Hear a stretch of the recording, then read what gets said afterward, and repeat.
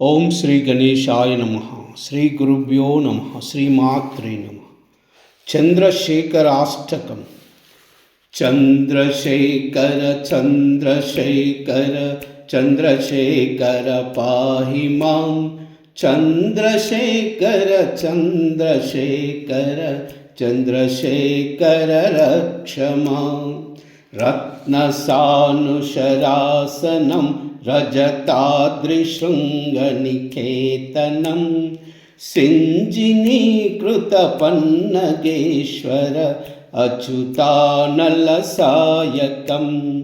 क्षिप्रदग्धपुरत्रयं त्रिदिनालयैरभिवन्दितं। चन्द्रशेखर आश्रये मम किं करिष्यति वैयम्। पञ्चपादपुष्पगन्धपदाम्बुजद्वयशोभितं पाललोचनजातपावक दग्धमन्मदविग्रहं। भस्मधिक्तकलेभरं भवनाशनं भवमव्ययम्। चन्द्रशेखर आश्रये मम किं करिष्यति वैयम्। मत्तवारणमुख्यचर्मकृतोत्तरीयमनोहरं पङ्कजासनपद्मलोचन पूजिताङ्घ्रिसरोरुहं। देवसिन्धुतरङ्गशीकर सिक्तशुभ्रजटाधरं। चन्द्रशेखर आश्रये मम किं करिष्यति वैयम्। यक्षराजसकम्बगाक्षहरं भुजङ्गविभूषणं शैलराजसुतापरिष्कृत चारुवामकलेभरं। क्ष्वेलनीलगलं परश्वदारिणं मृगधारिणं। चन्द्रशेखर आश्रये मम किं करिष्यति वैयम्। कुण्डलीकृतकुण्डलेश्वर कुण्डलं वृषवाहनं नारदादिमुनीश्वरस्तुत वैभवं भुवनेश्वरम्।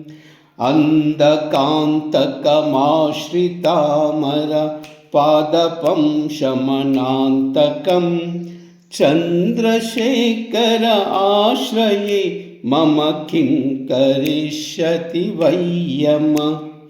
भेषजं भवरोगिणम् अखिलापदामपहारिणं।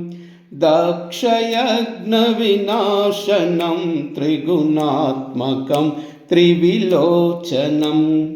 भक्तिमुक्तिफलप्रदं सकलागसङ्गनिबर्हनं। चन्द्रशेखर आश्रये मम किं करिष्यति वैयम्।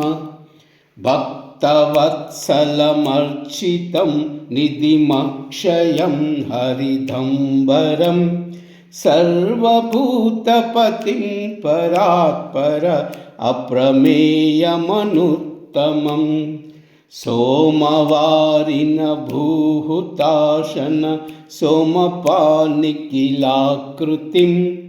चन्द्रशेखर आश्रये मम किं करिष्यति वैयम्। विश्वसृष्टिविधायिनं पुनरेव पालनतत्परं। संहरन्तमपि प्रपञ्चमशेषलोकनिवासिनं। क्रीडयन्तमहर्निशं गणनाथयूतसमन्वितं। चन्द्रशेखर आश्रये मम किं करिष्यति वैयम्। भृत्युभीतमृकण्डुसूनुकृतस्तवं शिवसन्निधौ। यत्र कुत्र च यः पठेन्निः कस्य मृत्युभयं भवेत्। पूर्णमायुररोगता अखिलार्धसम्पदमादरं चन्द्रशेखर एव तस्य ददाति मुक्तिममात्मया। इति श्रीमाघमाहात्म्ये मार्कण्डेये कृता श्रीचन्द्रशेखराष्टकम्।